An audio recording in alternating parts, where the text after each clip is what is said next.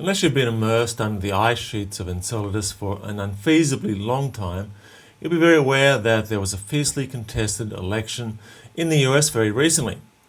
Trump may have won this round, but the next election is only 4 years away, or never, if you can believe some of Trump's critics. And yet, in these troubled times, where there's so much political tension and disagreement, there's perhaps just one thing we can all agree on. That the other side is evil and a threat to democracy.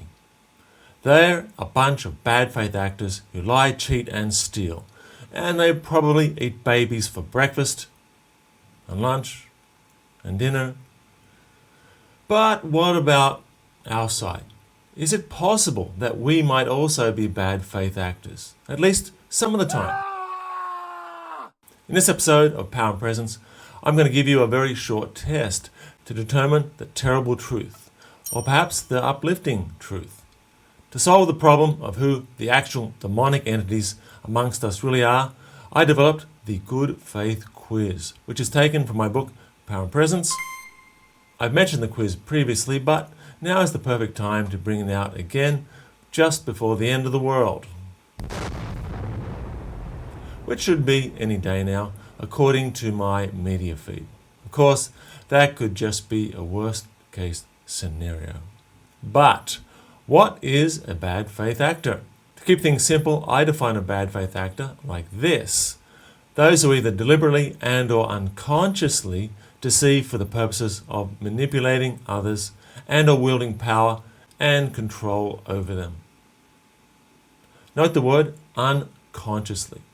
Yes, that literally means without being aware of what we're doing or why we're doing it. Therefore, this definition invites us to consider the possibility that we, or our team, might be the bad faith actors, at least some of the time. Yep, this is shadow work, so it's uncomfortable by definition.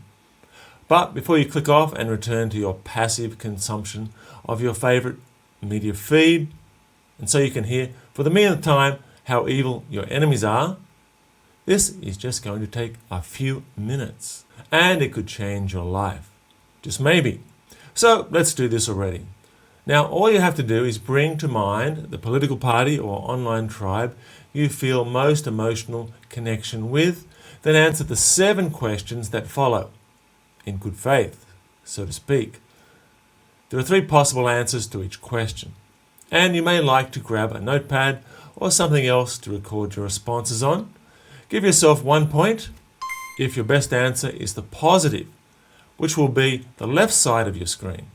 Take away 1 point if the best answer is the negative, which you'll see on the right side of your screen. Or if you're undecided whether either applies, just move on to the next question without scoring. Then, after finishing the quiz, add up your total score. Now, before we start, take a deep breath, just relax, answer each question as honestly as you can. So, here are the 7 questions. Number 1. Does my tribal group permit an open discourse? Or is there strong pressure to conform to the approved narrative? So, just to recap, give yourself 1 point if it's an open discourse, -1 if it's not very open, and no score if neither applies. I'll just pause 10 seconds after each question.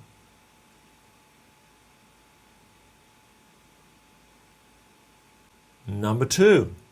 Is there respect for new facts and truths regardless of how confronting they might be?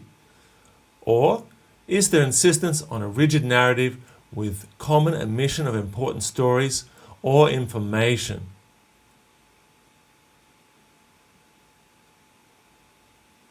Number 3. Is the intention of the group mostly creative, moving towards a noble and purposeful goal? Or noticeably negative, regularly targeting enemies for personal and professional attack while silencing or excluding those who question the narrative?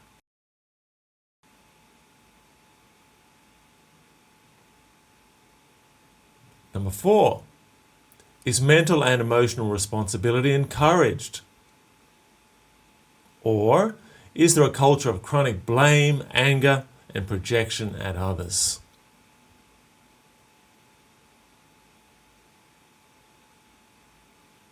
Number 5. Is there a spirit of understanding, empathy, tolerance, and forgiveness towards those who hold different political or ideological beliefs?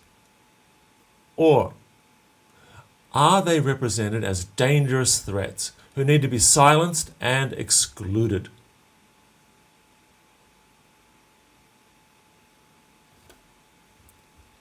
Number 6. Am I becoming more present and peaceful by engaging with my group while retaining a strong connection with my core values? Or am I being ensnared in mental projections like anger and judgment and becoming a worse version of myself?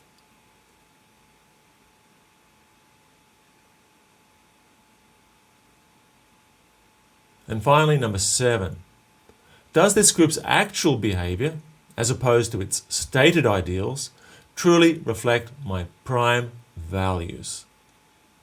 Or does engagement with my group regularly violate my prime values, but I'm too addicted to tribal drama and projection to care? So, how did you go? Add up your score. The higher your total, the more good faith is your group and your engagement with them. Pause the video a moment if you need to. Now, here are the final categories which determine the status of your good, bad faith group. If you scored below 0, you just might be ensnared in a bad faith organization, or at least you've allowed yourself to get caught up in a bad faith mindset. It would probably be best to take a break from this group and reflect on what is best for you and society. If you got 1 to 3, bad-ish faith. More bad faith than good. You should be mindful of how you engage your group and reflect on whether you're being manipulated. Consider carefully curating the tribal spaces and media groups you hang out in so that you can honor your true values and others. If you got 4 to 5 points, good-ish faith. It seems your group is mostly good faith community, but be conscious of how you engage the negative aspects. And if you got 6 to 7 points, good faith. Your group has a high level of integrity, inclusivity, and openness. It honors both you and your society and the other group. It's a keeper. So that's your post-election good faith quiz, and no doubt it will be just as relevant at the next election, assuming there's any of us left. And just for the record, my main aim here is not to tell you what you should do or whom you should spend your time with. I'm just an ordinary guy, maybe just a bit weirder than average, trying to do my little bit for the future. And yet, I'd just like to end this little video by suggesting that if you notice your pitchfork collection is starting to fill up the entire garden shed, maybe it's time to bury some of them. Just a thought. I'm Marcus T. Anthony. See you again soon in the futures.